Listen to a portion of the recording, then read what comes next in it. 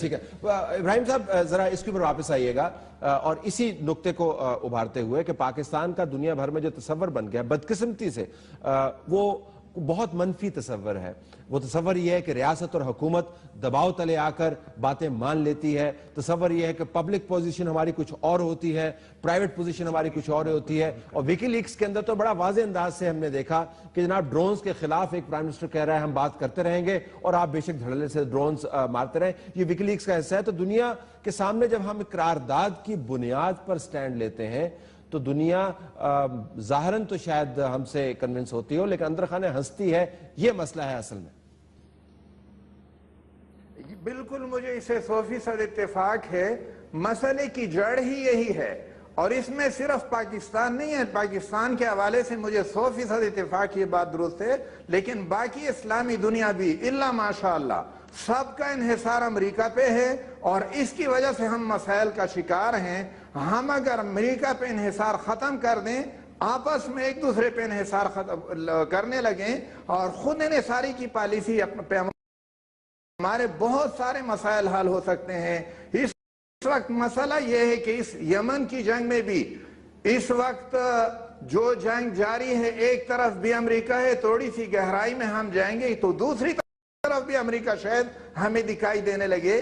یہی سلسلہ داعش کے حوالے سے بھی سامنے آئے گا کہ داعش کے خلاف جنگ ہو رہی ہے, امریکی کمان میں جنگ ہو رہی ہے اور پھر یہ بھی بتایا جاتا ہے کہ داعش یہ تو پیداوار ہی امریکہ کی ہے اور امریکہ ہمارے ساتھ اس طرح کھیل رہا اور ہمیں کھلا رہا ہے اور ہم اس کو سمجھنے کی کوشش نہیں کر رہے.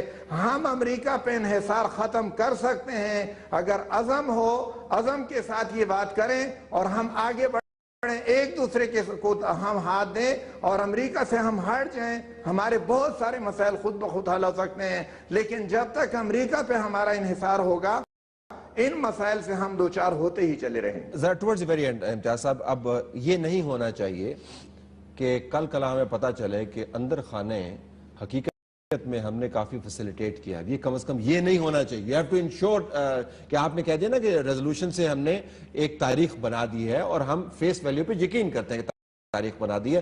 مشکل فیصلہ تھا, اہم ممالک ہیں, اہم ترین ممالک ہیں اور ہم نے اس کے اوپر ایک سٹینڈ لے لیا. اب کل کو کچھ اور خبر نہ آئے ہمیں. اب you wouldn't want that to hear. جی یہ کئی دفعہ ہو چکا ہے کہ ہم کہتے کچھ ہیں ٹی وی پہ بھی آ کے, آپ بھی کہتے رہتے ہیں, لیکن بعد میں پتہ چلتا ہے کہ اندرون خانہ تو بہت کچھ ہو چکا تھا اور اس سے ایک بار پھر ملک ہی کی سبکی ہوتی ہے. اب وہ جو فارورڈ والی بات ہے, میں تو یہی کہوں گا کہ چاہے جنرل شریف ہیں, چاہے نواز شریف ہے, چاہے عمران خان ہیں, انہیں اب الگ الگ علاقوں کی فیوڈم سمجھنے کی بجائے پورے پاکستان کو اپنا پاکستان سمجھ کے ایک نیا پاکستان بنانے کی کوشش کرنی چاہیے, تمام پاکستانیوں کو ساتھ ملا کے, تاکہ جو بار بار ہر کچھ عرصے کے بعد ہم پہ یہ ہوا سوار ہو جاتا ہے کہ ہماری امداد بند ہو جائے گی, ہمارے لوگوں کو نکالیں گے, ہمیں اس عذاب سے نکالنے کے لیے ان تمام رہنماؤں کو ایک ہو کے سوچنا ہوگا.